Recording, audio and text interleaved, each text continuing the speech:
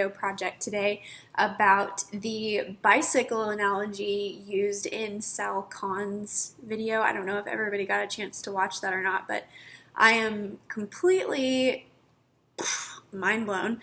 I had never really thought about that concept that he used in his video, the bicycle analogy. I'll put it here. But it's fundamentally different than what's happening in classrooms right now. In a traditional classroom, you have a couple of homework, lecture, and then you have a snapshot exam. And that exam, whether you get a 70%, an 80%, a 90%, or a 95%, the class moves on to the next topic. And even that 95% student, what was the 5% they didn't know? And then you go build on that in the next concept. That's analogous to imagine learning to ride a bicycle. And I give you a bicycle, maybe I give you a lecture ahead of time, and I give you that bicycle for 2 weeks, and then I come back after 2 weeks, and I say, well, let's see, you're having trouble taking left turns, you can't quite stop.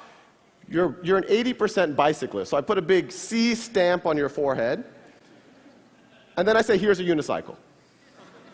But as ridiculous as that sounds, that's exactly what's happening in our classrooms right now. And the idea is, you fast forward and good students start failing algebra all of a sudden and start failing calculus all of a sudden, despite it being smart, despite having good teachers, and it's usually because they had these Swiss cheese gaps that kept building throughout their foundation. So our model is learn math the way you would learn anything, like the way you would learn a bicycle. Stay on that bicycle.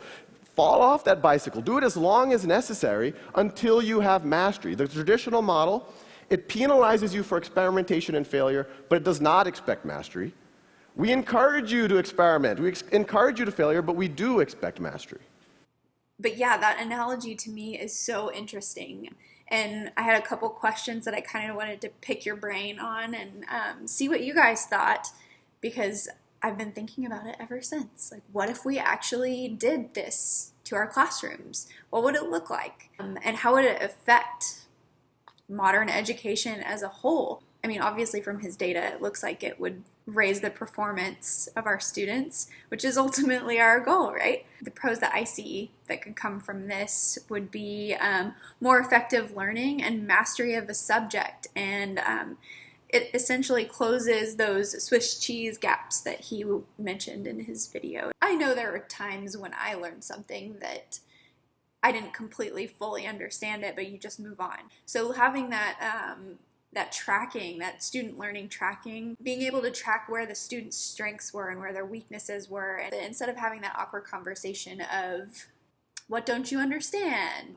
Like, if they knew what they didn't understand, they'd probably understand it by now. And the next pro that I could come up with is a more collaborative classroom experience, like he was talking about in the video as well, and making it a more interactive experience where your students aren't having their fingers to their lips.